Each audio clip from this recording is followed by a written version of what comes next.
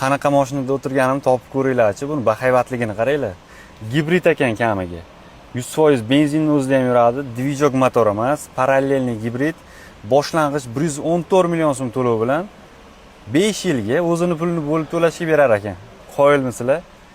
Menimcha bunaqa komfort, bunaqa panorama 7 kishilik oilaviy mazza qilib yuradigan gibridni 100 kilometrga 5-6 litr rasxod qiladigan mashinaga menimcha 114 million to'lov qilib 5 yilga bo'lib to'lash mazza bo'lsa kerak.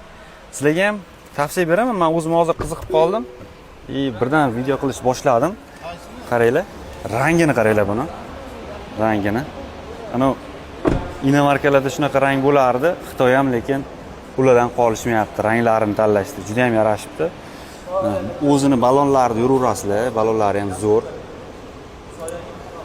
Xullas olib, srazu minib, haydab yursangiz bo'ladi. Hech qanaqa tuning hech nima shart emas. Oldin mordalarni ham ko'rinishiga bitta baho berib qo'yasizlar. Xullas, kelinglar, Samarqandda shunaqa imkoniyat berishyapti ekan, 5 yilga o'zini pulini bo'lib to'lashga.